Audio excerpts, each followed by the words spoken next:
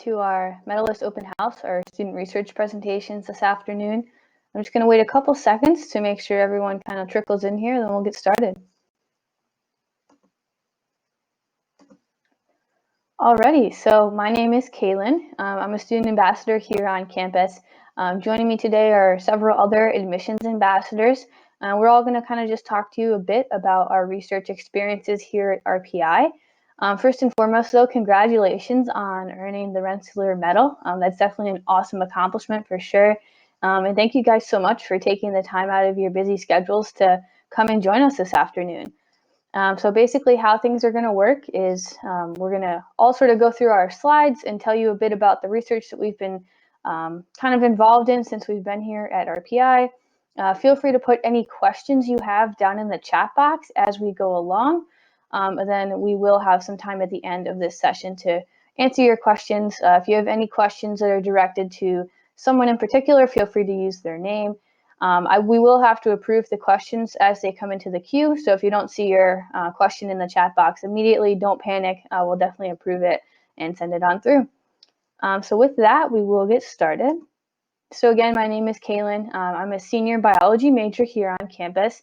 I grew up in southern New Jersey, about 3.5 hours or so from campus, but I do live down in North Carolina now. My parents decided to move down south after I had kind of gotten settled here at RPI.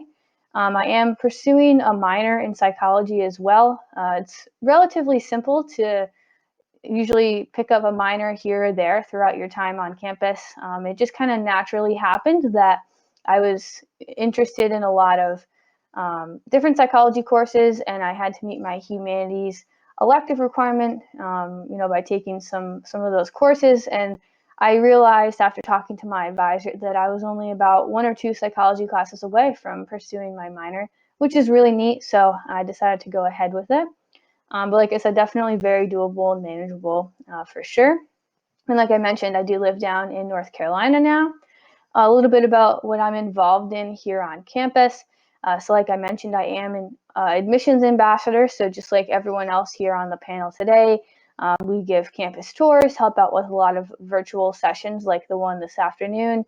Really just trying to make your college search process as seamless as possible, and also provide a student perspective and what it's like to actually go to school here at RPI. So obviously I have done some undergrad research. That is why I'm here today talking to you guys. So I'll talk a bit more about that as we move on. I am also involved in Greek life. I'm in Alpha Phi, which is one of our sororities here on campus. I can tell you that this is definitely a decision I never expected I was going to make before coming to Rensselaer. I think our Greek life is really, it kind of has a special twist on it. It's more based a lot on philanthropy and sisterhood and brotherhood, and just kind of having that support network on campus, both emotionally, academically. So it's really been an awesome experience for me. I've been able to also hold several different leadership positions in the house. So really just a decision I'm super grateful I decided to make. Otherwise, I am involved in the Women's Mentor Program. So basically how that works is essentially every incoming female student has the option to be matched up with an older female that is on campus, usually a sophomore or above. And they're really just there as a familiar face your first couple of weeks on campus. They really kind of help to show you the ropes in such a male-dominated STEM field. My mentor actually decided to walk around with me before the first couple of days of classes and show me where all my academic buildings are going to be, so I didn't get lost, which was super nice. I decided to give back to the program my sophomore year, and I had a couple female students that I was mentoring. So really an awesome program, to say the least. I think that also kind of speaks to just how collaborative and supportive RPI is in the student body, and how we all really try and build each other up and make sure that everyone is as successful as possible, which is really cool. And finally, I have played a handful of intramural sports since I've been here on campus. I think the highlight of my intramural career was when I played ice hockey a couple spring semesters ago.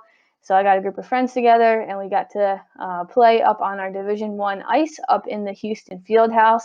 So that was a really neat experience. I've never played hockey in my life before, It's a very difficult sport. They make it look too easy. We only won a single game all season, but I still have all my teeth, so I think that's a win in itself. But some other, I guess, more traditional intramurals I've played volleyball through my sorority, basketball, as well as soccer. So kind of a handful of different things for sure.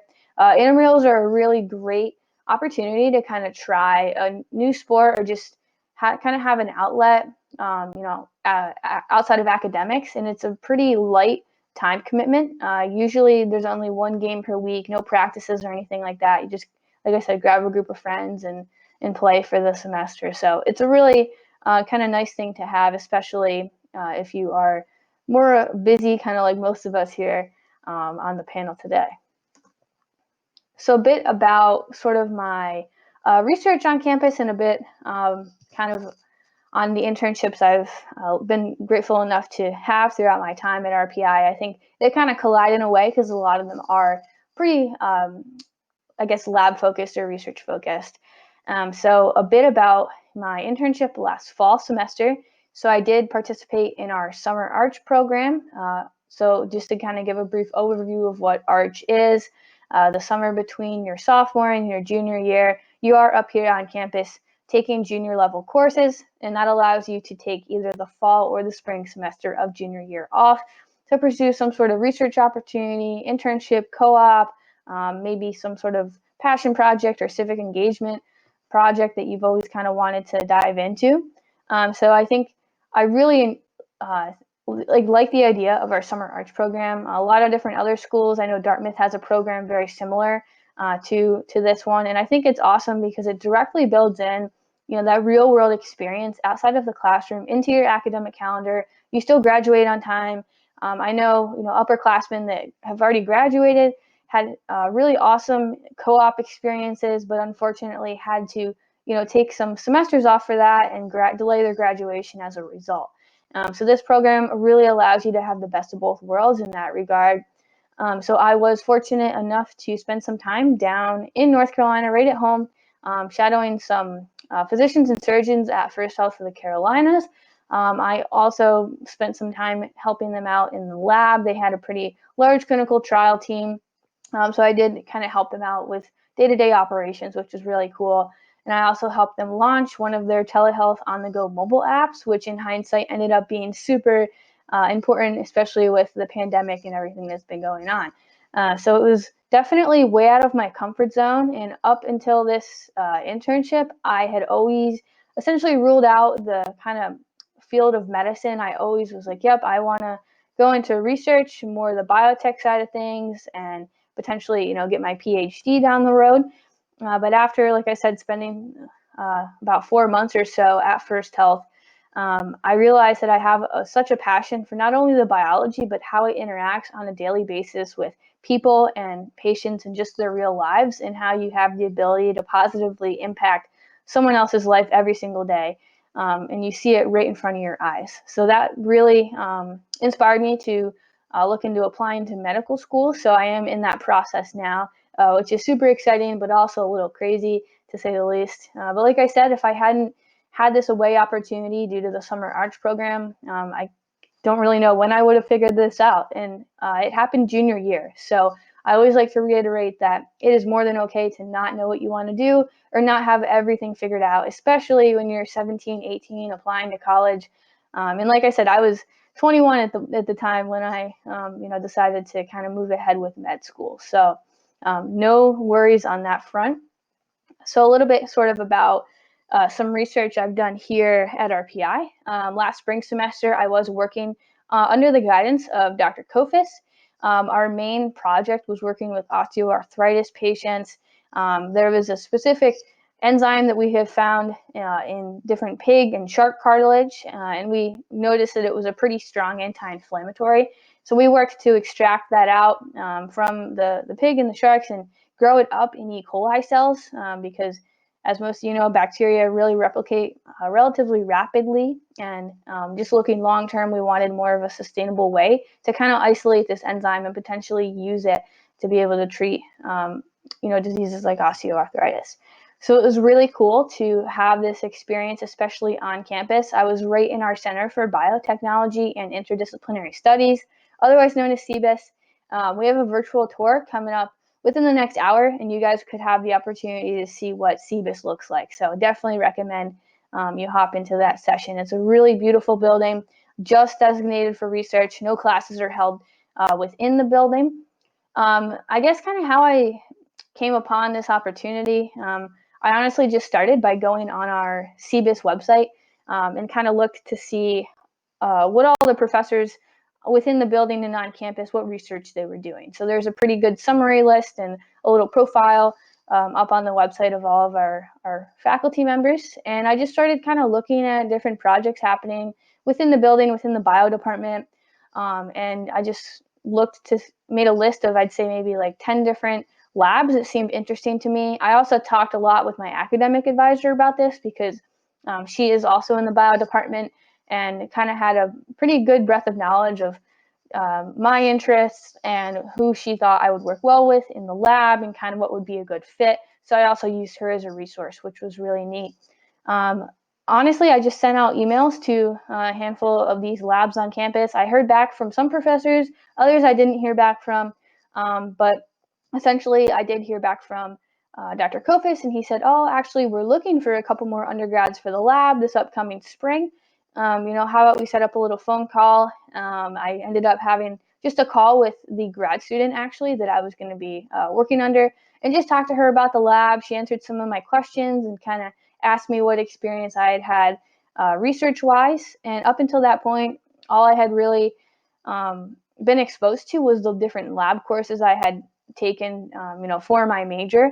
And I think kind of waiting a little bit longer until my junior year really allowed me to kind of have a lot of essential lab skills under my belt. And I was able to walk into this, this research lab and work under Adiola, who was a grad student, and really kind of hit the ground running. So it was really cool. You can definitely start doing research as early as the second semester of your freshman year. That honestly is pretty unheard of for a lot of schools. Usually it's kind of hard to get into a lab as an undergrad, especially if you go to a large school. But I really think that speaks a lot to just how much research we have here at Rensselaer and how focused we are on it.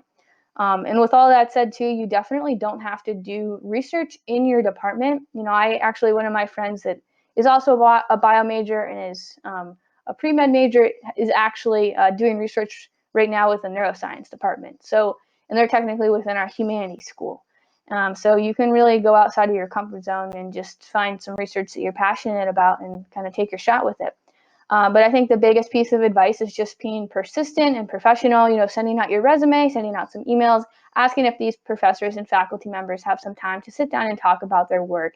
A lot of times too, professors that you might have within the classroom are doing some really cool cutting edge research, and a lot of times they'll talk about it to you in class. So that's also kind of a great way to just go up to them at the end of lecture and say, hey, I'm really interested in what you're doing in the lab. Like, do you happen to need any help this semester, with things? So that's a kind of another avenue that you can take. But finally, I did have the opportunity to research or to intern with a startup biotech company this summer called Epigenos Biosciences. They were located right on UNC Chapel Hill's campus down in North Carolina. So the picture of kind of the big glass building you see on the slide is the main lab I was in for the summer. It was a really awesome experience because the company was really new. Like I said, it was a startup, so they really didn't have too many lab operations underway before I came on for the summer. And my main project was working with Friedreich's ataxia patient cells. So kids that have Friedreich's ataxia, unfortunately, don't live past their late teens to early 20s. They really just can't utilize any nutrition they put into their body. So any muscle mass they have and quickly decays, as well as their bones. Eventually, a lot of them end up developing scoliosis, which is super unfortunate. It's a really sad kind of, I guess, a deck of cards they're dealt, to say the least. But the really cool thing was we were working to genetically modify these patient cells. The main gene that's responsible for Friedreich's ataxia is essentially, it's on chromosome 9 and it's turned off. So we were working to chemically turn it back on to kind of fix the disease. So really cool to kind of see real biotech and real science out there in the real world. And like I said, work with such a young company. I had a great mentor in the lab as well. So it was just a really cool experience. It also really drove home the point that, after having my head down kind of in the lab all summer, that I really did miss the people side of things and the patient interactions, as cool as the science is. So I really think that kind of helped solidify my future plans of a career in medicine. So that is kind of my spiel about research here on campus and just some other research opportunities I've had throughout my time at RPI. So I am going to turn it over now to Olivia. She's going to kind of do a similar thing and we'll keep things rolling. And like I said, please keep putting your questions down there in the chat box and we'll get to them at the end.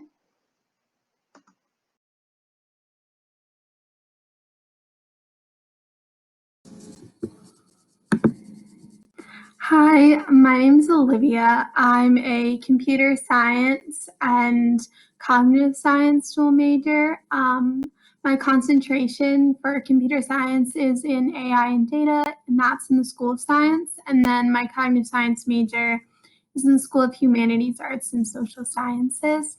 So I do dual major across two different schools. I'm from Ridgewood, New Jersey. I am also an admissions ambassador, and I'll talk about my research and internship opportunities that I've had on the next slide.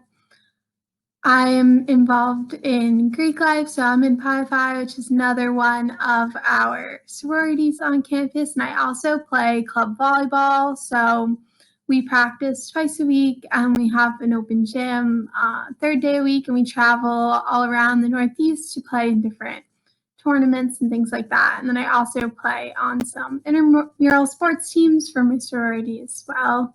So those are just a couple of the things that I'm involved in besides my academics.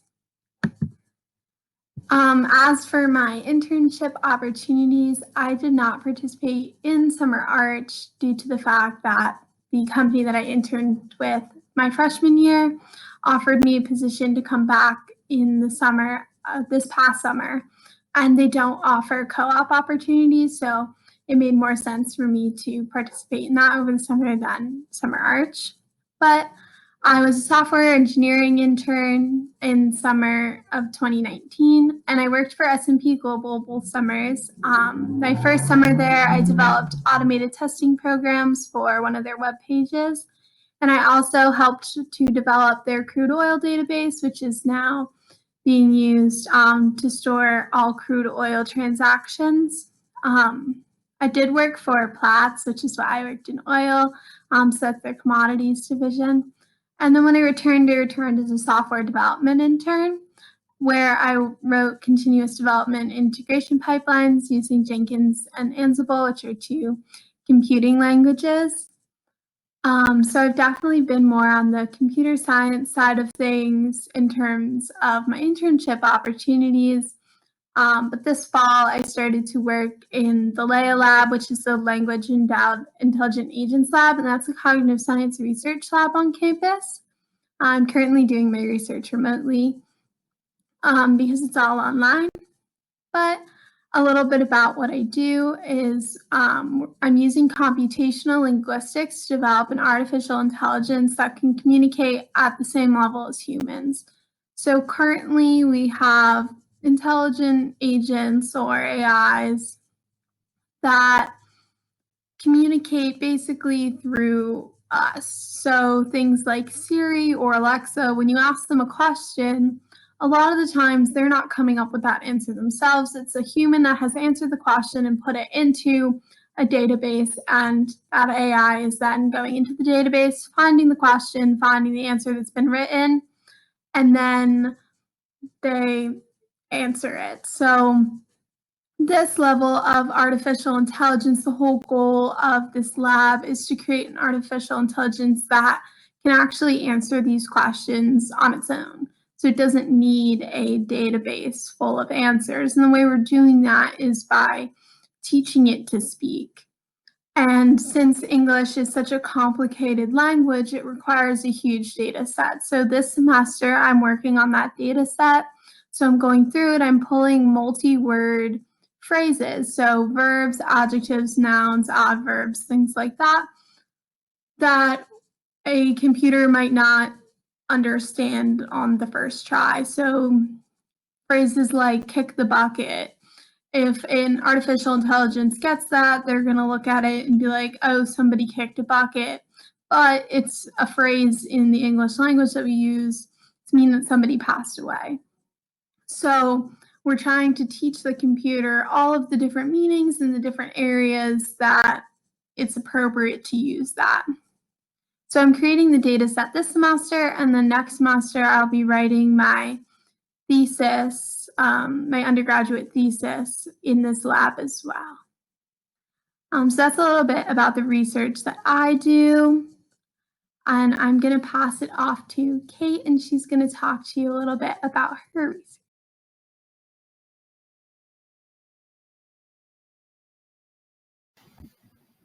Hi guys, so my name is Kate, and I'm a biomedical engineering major. I am a second semester junior at RPI, and I'm actually also pursuing a minor in psychology. And I'm originally from Brooklyn, New York, so not too far, but I'm originally from there. And just going to tell you a little bit about the activities that I do on campus. I'm an undergraduate admissions ambassador. That's why I'm here today. I'm also involved in undergrad research, so I'm going to go into that in more detail on the next slide. I am also in Greek life, so I'm in Pi Beta Phi, so another great way to find a community of women on campus. And I kind of, like Kaylin was saying, I didn't expect that I would join a sorority like coming to college, but it's definitely different at RPI, and it's a really great community to have. So I have loved my experience so far there. I'm also really involved in the Society of Women Engineers. I am on the exec board there, and I've been really involved since my freshman year. And you don't have to be an engineer to join, but it's another community where you can find people studying STEM, or just a great way to find a community of women on campus. And I've gained a lot of different professional development skills from there, and also like we have a full virtual programming that's still like awesome. It's really helpful. Like we had a whole like career fair prep right like last week, and it was really awesome. So it's definitely been a great like club to join if you're a woman studying either STEM or engineering. You can also join if you're a guy too, so it doesn't matter. Oh my god, also the sun is just like shining in my face, sorry about that. And also I've been involved in different dance activities on campus. So I was on the dance team, and I tried out dance club, so I kind of have experience there too, and it was really fun because like I did dance in high school and kind of wanted to continue that in college. So I did that like my freshman and sophomore year.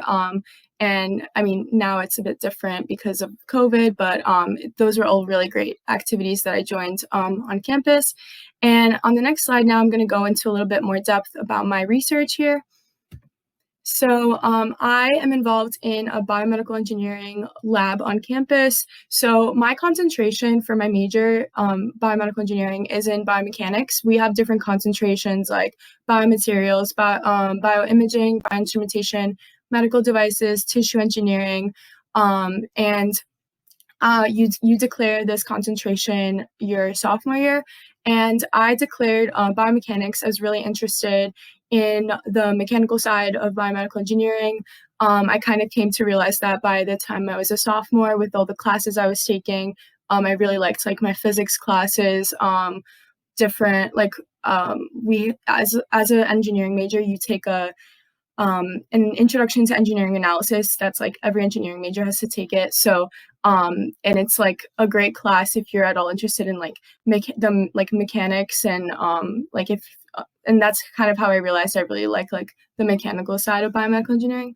So my research, I collaborate with the research group to investigate alternative means of diagnosing and monitoring acute compartment syndrome in a myofascial compartment. So these are kind of high technical terms, but basically we're working on a wireless and implantable sensor that we can just insert into this compartment of tissues and muscles in the body in order to measure the pressure easily within this myofascial compartment, because right now there are not great means of diagnosing acute compartment syndrome. It's pretty much based off a clinician's suspicion, and it's not as accurate as we would want it to be. So we're working on that, and it's been a really great project. Back when I could go into the lab, now my research is remote, but I did perform mechanical testing of candidate materials. So I was like looking into different materials that we were going to use with actually inserting our pressure sensor into the body.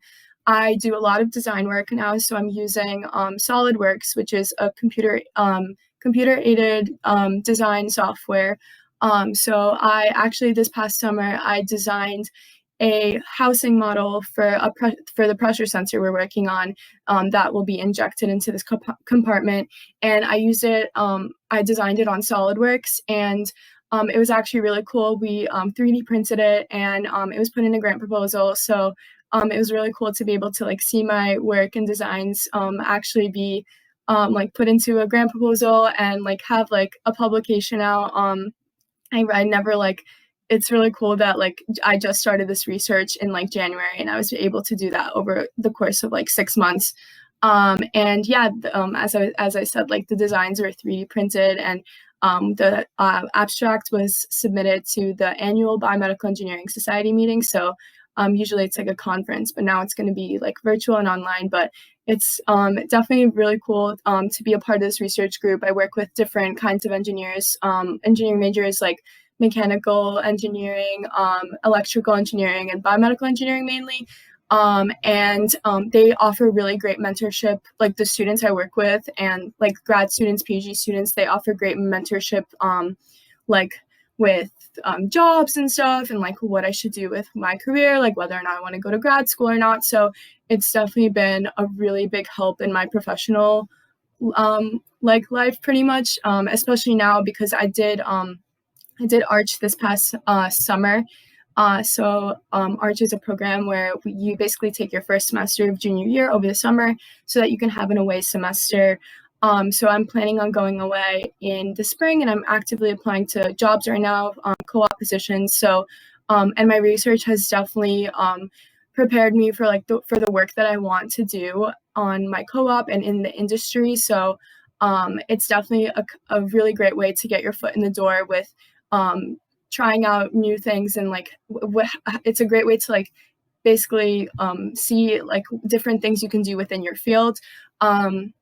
I like definitely gained so much experience with CAD, with computer aided design, because like I admit I wasn't too good at it in my freshman year, but my research really forced me to kind of like learn quickly, adapt, and learn an entirely new software, which is really cool because now I can have that as a technical skill when applying to different jobs. So yeah, that's kind of my undergraduate research. I'm still doing it remotely now, so still working on a lot of CAD designs. And now what I'm doing is, so we have this like housing model for the pressure sensor, and we're trying to find a way to actually inject it. So I'm working on kind of adjusting our model to fit different injectors and different needles that are actually in the market right now. So that's been kind of my like project right now, like looking into different ways of actually injecting our pressure sensor. So, and yeah, that's a screenshot of our lab group over like when we just started our like online meetings when everything went virtual. But it's really great because like everyone is really great on our team, and the professor that we do research with, his name is Dr. Ladette. He's definitely a great mentor, and really really great to have like someone to look up to in the field. So that was my kind of spiel about undergrad research. So I think we can move on to some questions. I if like everyone else wants to join on.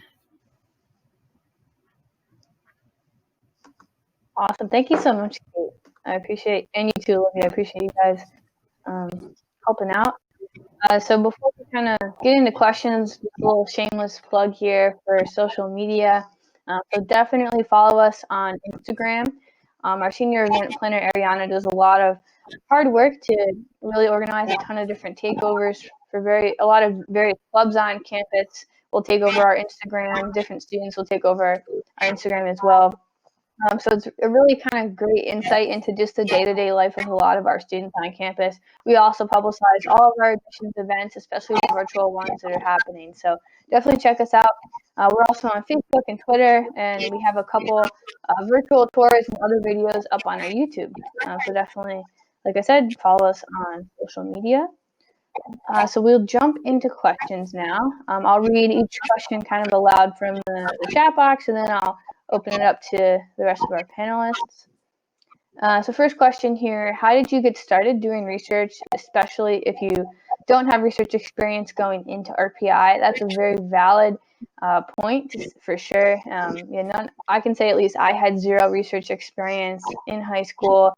I feel like it's pretty common for a lot of students not to have a ton of experience, especially coming right out of high school for sure. So that's definitely not going to put you at a disadvantage. For me, I think kind of the best way to market yourself is to talk about those foundational skills you've developed in your lab courses. So by the time I started reaching out to professors, I felt like I was I guess pretty solid at documentation. I learned how to keep a lab notebook and keep myself organized. Also, I mentioned that I had cell culture experience and experience with microscopy, and kind of similar to the list of skills I have on my resume, I kind of just sold myself kind of going off of that and saying, hey, I've done this before, I've had this experience, and I'd love to learn from you and kind of grow on the skills that I've already been fortunate enough to develop with the various lab courses that I've taken. So, I mean, my freshman year, I took Intro to Biolab. I've also taken Chemistry 1 and Chemistry 2. There were labs for both of those. When I took Physics, there was a lab for that, a little bit less applicable to at least what I was looking to do. I took Organic Chemistry 1 and 2, and there were labs for both of those. And then I also had to take an Advanced Cell Bio lab as well, which is, I think, really the main lab that made me super marketable for a lot of internships. In particular, just because I learned serial technique and cell culture and a lot of the foundational skills that these biotech companies like to see. But just kind of, I guess my point of listing off these courses is that it just kind of happens, based on, at least if you're in the School of Science or you're really interested in research, the core classes you have to take, I had so many labs. So it really, I think, is on purpose in that sense. Kate or Olivia, do you guys want to kind of expand on anything I talked about? Yeah, sure. I mean, you covered a lot of it, but I also didn't have research experience before college, and I knew that I definitely wanted to get into it at college, and it's really common for you definitely don't need prior research experience to get involved. I would say, I mean, you can start as soon as your second semester freshman year.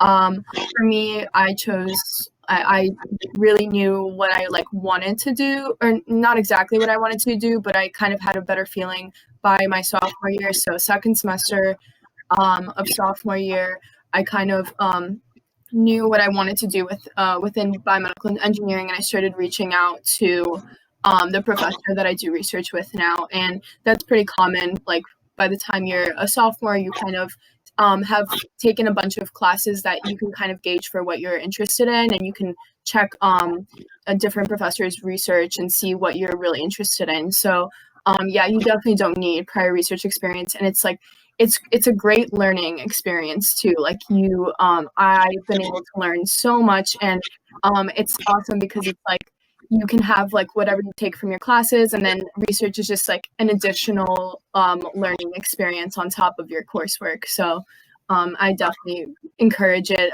if you're at all interested. Yeah, I mean, I didn't have any experience doing research in high school either. I actually had no coding experience in high school. My first coding class was CS1 first semester, freshman year here. I got involved in research over the summer, so I reached out to a couple different professors, and I didn't hear back from a couple of them, so I reached out to the undergraduate department head for cognitive science because he's been my advisor for, I think, about a year now because I switched my major to cognitive science. And he reached out to a couple professors to see if they had any openings and if I could reach out to them. And he found me Professor McShane, who I work with now, and I emailed her and I basically told her what I was passionate about, the classes that I've taken that could be relevant to her research. And after she read that, we just had a little phone call, and she just basically wanted somebody that could work hard and who could learn the material, because I definitely have the least experience in the research field out of anyone in my group. I've never taken a machine learning course. I've never taken a computational linguistics course. I know none of the code possible to do any of that, but I'm learning it now. And I've only taken Intro to Linguistics, which is a very basic linguistics course, even though she teaches some of the highest level linguistics courses RTI offers. So now I'm interested in maybe taking one of those as my elective in the following semesters. But the professors here really want you to do research. They really want you to get involved. I'm going to write my thesis with her next semester, and I didn't even have to ask her. She, 2 weeks into me doing research with her, offered to have me write my thesis in her lab. So the professors, they really want you to succeed, and they really want you to get involved because they love when students get involved and they love the help. So it's definitely a matter of you just reaching out and you being able to market yourself to them, and they'll welcome you with open arms. Awesome. Yeah, I completely agree with what both of you said. I think you did a great job of really adding on. So kind of moving on here, are research internships usually individual, or do you get to work with a group of students? So my experience this summer, I guess, was kind of a little bit of both. So I was actually the only intern that was not a UNC student down at Chapel Hill, which was kind of funky, but again, super grateful that I was able to find the opportunity, especially during the pandemic and everything. My boss actually was running 2 separate startup companies at the same time. I was the only intern that was working for Epigenos, and then the other 4 interns were working for Zerma Biosciences, which is his second startup that was a little bit more developed and kind of had some, I guess, needed a little bit more manpower. Typically, how my kind of like day looked like is I'd go into the lab, and my main boss was Joe, and he oversaw the business, but also lab operations, and was the brainchild behind the companies. And then there was Marcus, who was in the lab on the day-to-day basis, and he was there just answering every single stupid question I had every single day, and really just helping us out. So usually I'd go in, I would talk with Marcus and Joe, and this is like, okay, here's our kind of roadmap for the week. This is what we want to accomplish. Here's what I want you to do today. And they'd set me free, and I would work on what they asked. If I had questions, they were around all day. And a lot of times too, like I was doing similar things that the other interns were doing. Like at one point we'd all be pouring plates, or I'd be running a PCR reaction, and then so would Chloe, so I guess some of our projects and our work overlapped. A lot of times we were running very similar experiments, looking for very similar conclusions, but with our 2 different patient cells. So the other startup was working with mitotic dystrophy patients, and like I mentioned, I was working with Friedreich's ataxia cells. So there definitely was that collaboration and kind of that brainstorming, but at the same time, it was also a good amount of individual work as well, and kind of, here are your tasks for the day. I'm here if you have questions, but, kind of go off and do your thing. I can tell you that I got a lot more comfortable with this as the weeks went on. The first couple of weeks was a big learning curve and a big learning process. A lot of us were kind of trained together just to do basic PCR reactions, refreshers on cell culture, kind of just like the foundational skills we all needed. So we were trained together, but again, from there we kind of broke off. I think Olivia and Kate did a good job at kind of driving this point home, but even within the biotech industry, I remember during my interview, my boss Joe said, I love that to see, how passionate you are about the field. He said, in my mind, he said, I'm way more concerned that you are going to be happy with what you're doing and that you're going to actually care about your work and that this is something meaningful for you. He said, I am confident that I can teach you any skill that you're going to need from here on out. So I think that it was an awesome and super positive learning environment. And I know that I should be really grateful for that. But like I said, it's really, don't kind of be afraid to step outside of your comfort zone and just put yourself out there, because that usually is the attitude more than you would think in terms of, coming into a lab with very little experience. Olivia or Kate, did you guys want to add anything about, internships or your experiences in the lab?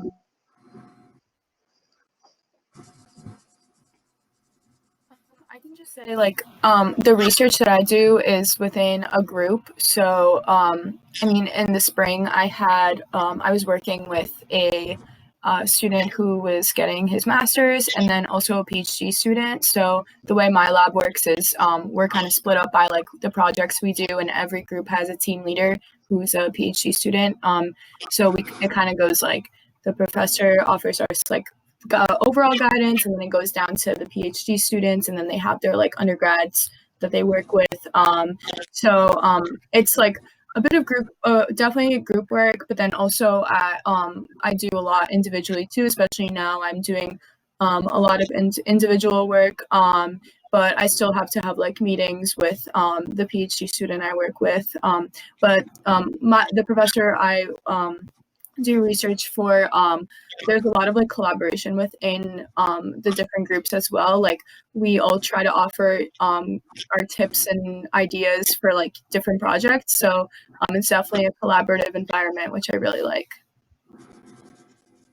I do my research individually. I work directly with the professor, and it's just kind of the two of us. I know she has a team of other people, but they are working on different aspects of the intelligent agent that I don't see. So I know that I don't really work in a group in terms of my research, but when I did my internship, I didn't do a research internship. I just did a regular software engineering internship both summers, but I did work on a development team. So I worked with the same development team both summers, and it was very collaborative. But I do know that a lot of research is a big team effort, and even if you're doing your own individual part, it does, I guess, add to the whole group's work. So everybody does their own little part, and it comes together to become something bigger. Cool. All right. Well, kind of moving on here to our next question. Do RPI students get a chance to apply for funding for their own research project? So Kate and Olivia, please correct me if I'm wrong, and feel free to jump in if you're more knowledgeable about this.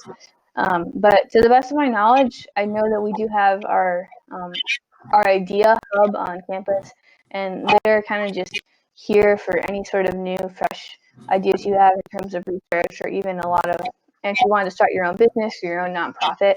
So I do know that there is kind of a process to apply for funding. Again, I'm not too knowledgeable on kind of how that works or what that looks like.